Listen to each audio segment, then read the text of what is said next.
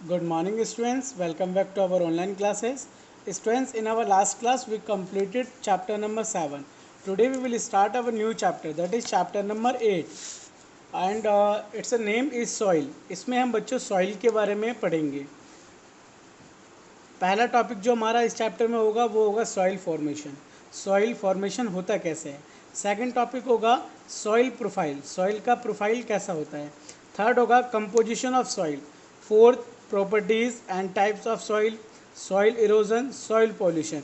About this topics we will discuss in this chapter. Let's start our chapter. First topic is soil formation. Soil formation. Soil is uppermost layer of the earth surface. जो earth surface है उसका जो upper most layer है उसे हम बोलते हैं soil. It is form by the broke down of rocks. जो रॉक्स होती हैं उनके ब्रोक डाउन, उनके टूटने से, छोटे छोटे पार्टिकल होने से, ब्रोक डाउन होने से जो थाउजेंड्स ऑफ उसके पार्ट्स जो होंगे उसे हम कहते हैं सॉइल. ओके. वेदरिंग क्या होता है. Is the process of breaking down of rock into the smaller particle by the action of wind and water. Wind और वाटर की हेल्प से जब टेम्परेचर चेंज होता है उनमें जो चेंजेस आते हैं, रॉक्स जो हैं वो टूटते हैं छोटे छोटे पार्टिकल में. उस पूरे प्रोसेस को हम कहते हैं weathering. Okay. Weathering is a continuous and natural process. ये कॉन्टीन्यूस हमेशा ये चलता रहता है और ये एक नेचुरल प्रोसेस है. Occur due to the heat. ये हीट की वजह से, कोल्ड की वजह से, विंड की वजह से और रेन की वजह से ये ऑकर होता है.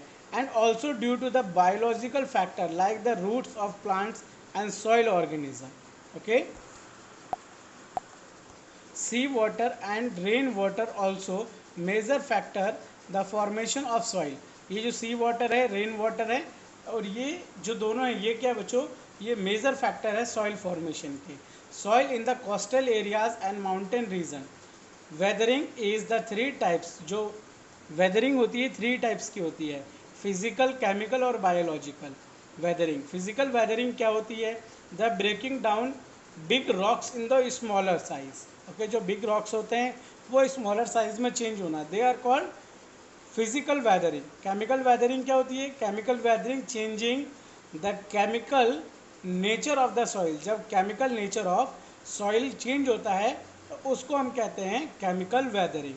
When rain water mix with gases like carbon dioxide, sulphur dioxide, nitrogen dioxide या nitrogen oxide in the atmosphere, it form acid rain. उसकी वजह से एसिड रेन होता है. When acid rain fall on the surface of earth. जब acid rain surface of earth पे गिरते हैं, it makes the soil slightly acid. वो सॉइल को भी थोड़ा सा एसिडिक कर देता है. Okay. Understood. That is called chemical weathering. Next आता है biological. The roots of tree and जो रूट्स होते हैं ट्रीज के वो क्या हो जाते हैं, वो इनसाइड द सॉइल, वो भी ब्रेक डाउन हो जाते हैं और सॉइल में मिल जाते हैं. तो वेदरिंग जो है वो बायोलॉजिकल प्रोसेस से भी हो पाता है.